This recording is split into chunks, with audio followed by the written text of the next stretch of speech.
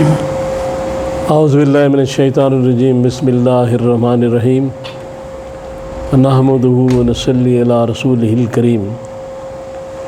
انتہائی قابل احترام سامعین و حاضرین، مجھ سے اچھے لوگوں، السلام علیکم ورحمۃ اللہ وبرکاتہ۔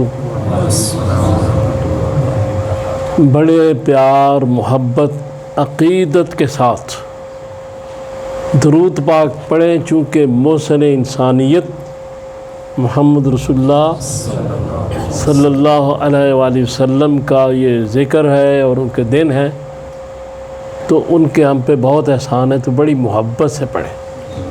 اللہم صلی اللہ محمد وعلی آلہ محمد وبارک وسلم، صلی اللہ محمد وعلی آلہ صلی اللہ تعالی علی محمد۔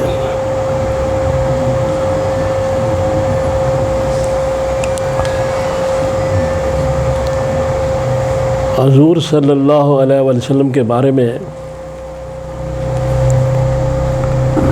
قرآن پاک میں ارشاد ہوا کہ یہ جو میں نے نبی بھیجا ہے، یہ میرا نوع انسانی پہ احسان ہے۔ اللہ تعالیٰ نے فرمایا، اللہ تبارک تعالیٰ الحمدللہ رب العالمین، بے شمار ان کے احسانات، ساری کائناتوں کی پرورش، پروردگار عالم احسان نہیں جتاتے کہیں بھی، لیکن جہاں بات بڑی زبردست ہو، جہاں رحمت للعالمین آ رہا ہو، رحمت للعالمین آ رہے ہوں، وہاں اللہ تبارک تعالیٰ فرماتے ہیں کہ ہم نے تم پہ احسان کیا۔ یعنی حضور سرور کائنات صلی اللہ تعالیٰ علیہ وسلم کا وجود مبارک اتنی برکتوں، اتنی رحمتوں، اتنی فضیلتوں والا ہے کہ اللہ نے اس کو اپنے احسان سے تشبیہ دی، کہ محسن انسانیت آئے ساری کائناتوں کے لیے۔ اور قرآن میں ایک جگہ یہ بھی کہا گیا کہ یہ میں نے پوری نوع انسانی کے لیے آپ کو بھیجا ہے رسول بنا کے۔ اور سورہ احزاب کی جو آیات ہیں 45 46، اس میں اللہ تبارک تعالیٰ فرماتے ہیں کہ ہم نے اس نبی کو بھیجا شاہد بنا کے، مبشر بنا کے، نذیر بنا کے، اور داعین الی اللہ، اللہ کی دعوت دینے والا، اور سراجا منیرا۔ یہ 5 خصوصیات کا ذکر یہاں کیا گیا ہے۔ حضور صلی اللہ تعالیٰ علیہ وسلم کی قرآن پاک میں اتنی خصوصیات ہیں کہ ان کو بیان کرنا بہت طویل کام ہے۔ تو 5 خصوصیات جو ہیں، اس میں سب سے پہلے جو ارشاد فرمایا گیا، شاہد، اس کا مطلب ہوتا ہے گواہ، گواہی دینے والا۔ اور حضور صلی اللہ تعالیٰ علیہ وسلم گواہ جو ہوتا ہے، اس کے بارے میں یہ ہوتا ہے کہ وہ سچی گواہی بھی دے سکتا ہے اور سچی گواہی نہیں بھی دے سکتا۔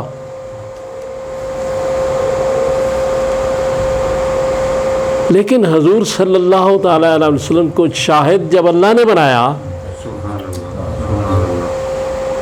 تو اس کا مقصد ہے گواہی بالکل سچی اور سچے اور صادق اور امین کی زبان سے ہوگی وہ گواہی، اور ایسی ہستی اس کو بیان کرے گی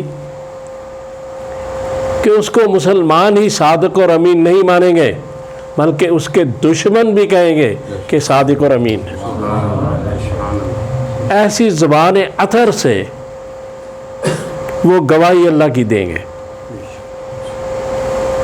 ابو جہل کے بارے میں آئے کہ اس نے کہا کہ اے محمد صلی اللہ علیہ وسلم، ہم آپ کو جھوٹا نہیں کہتے، لیکن جو آپ تعلیم دے رہے ہیں اس پہ ہمارا دل نہیں جمتا۔ ابو سفیان کے جواب پہ ہرقل بادشاہ نے کہا کہ آپ کہتے ہو کہ انہوں نے کبھی جھوٹ نہیں بولا، تو جو ہستی مخلوق کے ساتھ جھوٹ نہ بولے وہ اللہ پہ کیسے جھوٹ باندھ سکتا ہے؟ اب یہ باتیں وہ کافروں کی زبان سے تصدیق ہو رہی ہے کہ شاید اگر کوئی ہے تو محمد صلی اللہ علیہ وسلم۔ ایسی شہادت اور شہادت دینے والا اتنا زبردست کہ اس کے گفتگو، اس کے بیان میں عیب دشمن بھی نہیں نکال سکتے، اور اس کی سچائی پہ دوستوں دشمنوں کو پورا بھروسہ اور اعتبار ہے۔ لیکن افسوس کا مقام ہے ابو جہل پہ کہ جب مان رہے ہو کہ شاہد سچا ہے تو شہادت کیسے غلط ہو سکتی ہے؟ یہ جہالت ہے، اور اسی لیے اس کو جہالت کا باپ کہا جاتا ہے کہ اتنا سمجھنے کے باوجود کہ جو گواہی دے رہا ہے جب وہ سچ کہہ رہا ہے تو شہادت بھی سچ ہی ہوگی۔ اتنی بات سمجھ میں نہیں آئی۔ اس کے بعد قرآن یہ کہہ رہا ہے حضور کو، مبشر بھی کہہ رہا ہے، نذیر بھی کہہ رہا ہے، اور مبشر یعنی جتنی بھی روحانی بشارتیں ہیں اور جتنے آگے والی آنے والی بشارتیں ہیں وہ رسول اللہ کے حکم سے فراہم کر رہا ہے، وہ دے رہا ہے سب کو، وہ ساری بشارتیں، اور اس میں خوشخبریاں بھی ہیں، دوسری باتیں بھی ہیں۔ مومنین کے لیے خوشخبریاں ہیں اور دوسروں کے لیے عذاب۔ اور پھر نذیر کا مقصد ہوتا ہے انذار سے کہ ڈرانے والا۔ تو یہاں جو نذیر کا معنی لیا گیا ہے وہ یہ ہے کہ نصیحت کرنے والا، ہے نا، ایسی ہستی کہ جس کو آپ سے اتنی ہمدردی ہے، حریص علیکم، اتنی ہمدردی آپ سے کہ آپ کی ہمدردی میں وہ آپ کے جو آگے آنے والے نقصانات عاقبت کے دوسرے، وہ ان سے یہ آپ کو باخبر کرے گا، نصیحت کرے گا، اور اللہ کا ڈر اور خوف آپ کے دل میں پیدا کرے گا۔ اس کو نذیر کہتے ہیں۔ اور پھر اس کے بعد کیا کہا؟ اس کے بعد کہا کہ دعوت، اللہ کی طرف دعوت دینے والا، شاہد بھی ایسا ہو، مبشر بھی ایسا ہو، نذیر بھی ایسا ہو، تو دائی کیسا ہوگا؟ دائی پھر ایسا ہوگا کہ پتھر کھا کے بھی ہدایت دے گا۔ اتنی مشکلات پریشانیاں برداشت کر کے بھی دعوت اسلام کو جاری رکھنے والا، اتنا حوصلہ اور ہمت اللہ نے عطا فرمائی۔ تو اس لیے دعوت دینے والا بھی یہ منفرد نبی، مبشر بھی یہ منفرد نبی، نذیر بھی یہ منفرد نبی، اور شاہد بھی منفرد نبی۔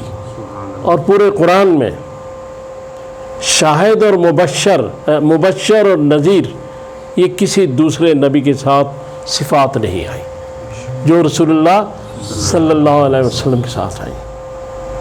پھر آخری بات جو اس میں کی گئی، سراجم منیرا،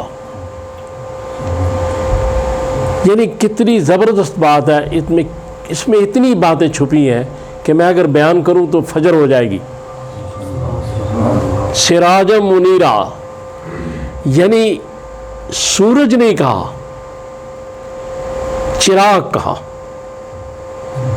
اس لیے کہ سورج جو ہے وہ تو کسی خاص وقت روشنی دے سکتا ہے، رات کو تو نہیں دے سکتا، لیکن چراغ ہر وقت روشنی مہیا کر سکتا ہے، چراغ ہر جگہ روشنی دے سکتا ہے۔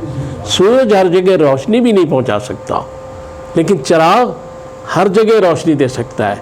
پھر سورج جو ہے وہ تو روشنی دے گا، ظاہری جو باطنی دلوں کو منور کرنے والا ہے وہ سراج منیرہ ہے، وہ سراج منیرہ ہے جو دلوں کو بھی منور کرے۔ اور پھر رسول اللہ صلی اللہ علیہ وسلم کو جو تعلیم بھی یہی دی گئی تھی، کہ قرآن میں بھی یہ بھی کہا گیا کہ ہم نے یہ وحی آپ کے قلب پر نازل کی۔ تو جو علم قرآنی ہے وہ قلوب پر آتا ہے،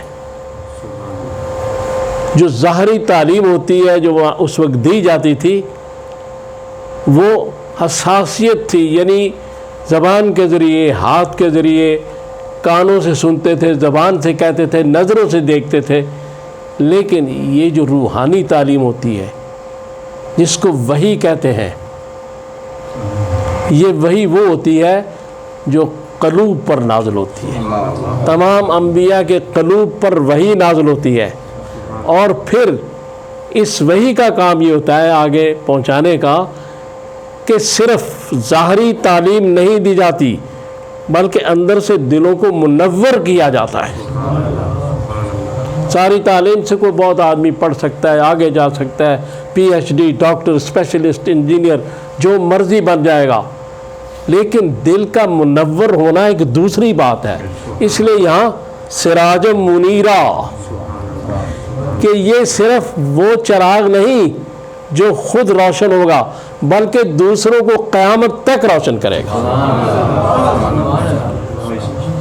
اور یہ قلوب کی جو روشنی ہے یہ ابھی تک چل رہی ہے، اور رسول اللہ صلی اللہ علیہ وسلم کی جو حیات مبارکہ ہے، جو تمام لوگوں کی حیات جو وہاں کی حیات ہے اس سے بہت اعلیٰ اور عرفہ ہے۔ وہ حیات اقدس جو ہے وہ ابھی تک قلوب پر اثر کر رہی ہے، اور لا الہ الا اللہ محمد رسول اللہ کی صدائیں پوری کائنات میں گونج رہی ہیں۔ اس لیے پھر اس کے بعد آخری بات یہ، آج میں زیادہ آپ کا ٹائم لے گیا ہوں لیکن یہ موضوع ایسا ہے، آخری بات یہ کہ پہلی وحی میں نبی صلی اللہ علیہ وسلم کو کیا بتایا جا رہا ہے؟ پہلی وحی میں ہی یہ بتایا جا رہا ہے کہ انسان بنتا کیسے ہے، کس چیز سے بنتا ہے۔ تو جس کی تعلیم اللہ تکمیل انسانی سے شروع کرتا ہے اس کی انتہا کیا ہوگی۔ اللہ سے دعا کریں اللہ مجھے آپ کو توفیق دے کہ میں نے باتیں کی ہیں ان کی برکت سے ہمارے دل منور ہوں، اور اللہ تعالیٰ سب کو اپنے زبان میں رکھے اور ہمیں اتباع رسول جو بہت ضروری ہے اختیار کرنے کی توفیق عطا فرمائے۔ صلی اللہ تعالیٰ علی خیر خلقہ محمد وآلہ وصحبہ اجمعین برحمتک یا